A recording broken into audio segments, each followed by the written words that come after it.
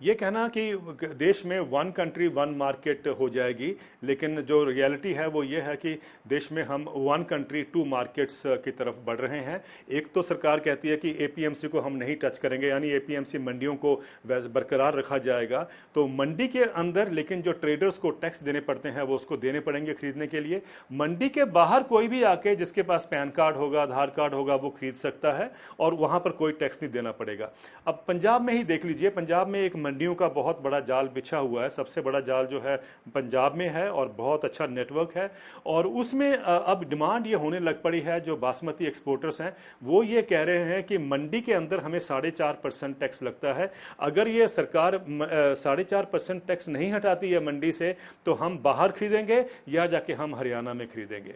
जो कॉटन के spinning mills और जिनिंग इंडस्ट्री है वो भी कह रही है कि हमें 4.5% का टैक्स लगता है मंडियों के अंदर। अगर मंडियों में टैक्स ये नहीं हटाया जाता तो हम मंडियों से बाहर खरीदेंगे या दूसरे प्रदेश में जाके खरीदेंगे, क्योंकि कॉटन बेल्ट जो है पंजाब और हरियाणा की वो सटी हुई है, एक बिल्कुल इकट्ठी है। और उसी बेल्ट में वो यहाँ भी खरीद सकते हैं और यहाँ भी खरीद सकते हैं, दोनों प्रदेशों में खरीद हो सकती है। कहने का मतलब है कि अभी से प्रेशर शुरू हो गया है कि जो मंडियों में जो टैक्स लिया जाता है, वसूला जाता है, बेसिकली वो किस लिए लिया जाता है कि भी प्रदेश में जो रूरल डेवलपमेंट के लिए फंड्स की जरूरत है, या सड़कें जो रूरल रोड्स हैं उसके लिए, या जो और भी खर्चे हैं मंडियों के अंदर या मंडी के रखरखाव के लिए, ये पैसा वसूल किया जाता है, ये टैक्स वसूल किया जाता है। पंजाब में तकरीबन 3,500 करोड़ से लेकर 3,600 करोड़ के बीच में टैक्स आता है हर साल। लेकिन जब ये मंडियों से बाहर निकलने की बात हो जाएगी या मंडियों में टैक्स खत्म करने की बात हो जाएगी, तब तो इसका मतलब साफ है कि मंडियों के लिए पैसा ही नहीं होगा रखरखाव के लिए, ना रूरल डेवलपमेंट के लिए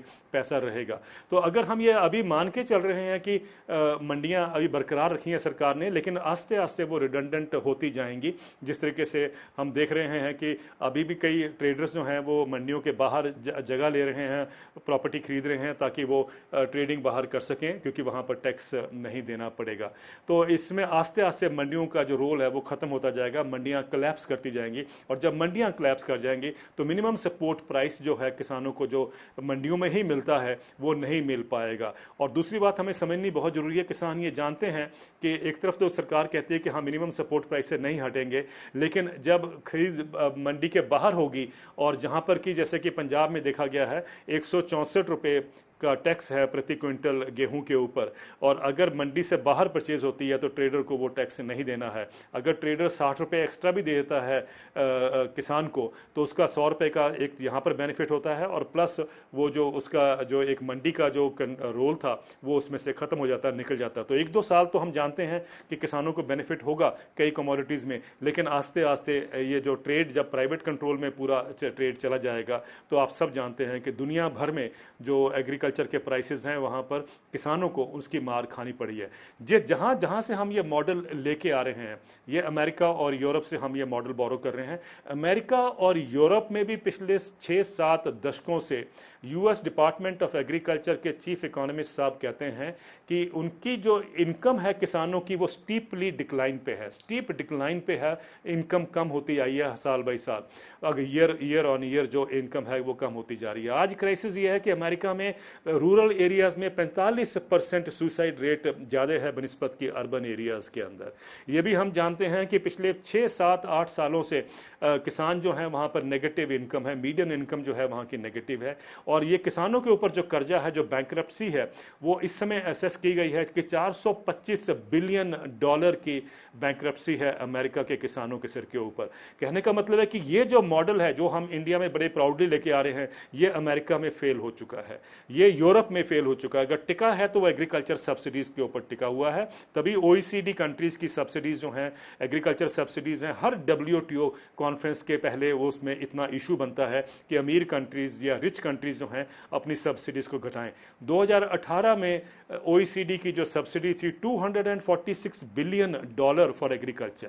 इसका मतलब है कि जो ओईसीडी कंट्रीज हैं, जो रिच कंट्रीज हैं, उनकी अगर ये ओपन मार्केट या एग्रीकल्चर मार्केट अगर आज जीवित है तो वो agriculture subsidies, agriculture federal support in agriculture के सिर पे टिकी हुई है। जैसे ही वो आप सपोर्ट विड्रॉ करते हैं तो उनका एग्रीकल्चर कोलैप्स करता है। उनके एक्सपोर्ट की अगर बात कर रहे हैं तो वो भी एग्रीकल्चर सब्सिडीज पे टिका हुआ। तो मार्केट्स जो हैं अमेरिका और यूरोप में, अगर वो सब्सिडीज़ के ऊपर टिकी हुई हैं, फेडरल एक्सचेकर के ऊपर टिकी हुई हैं, तो मुझे बताइए कि भारत में हम ये कैसे एक्सपेक्ट करते हैं कि मार्केट्स अपने आप ही किसानों का फ़ायदा करेंगी।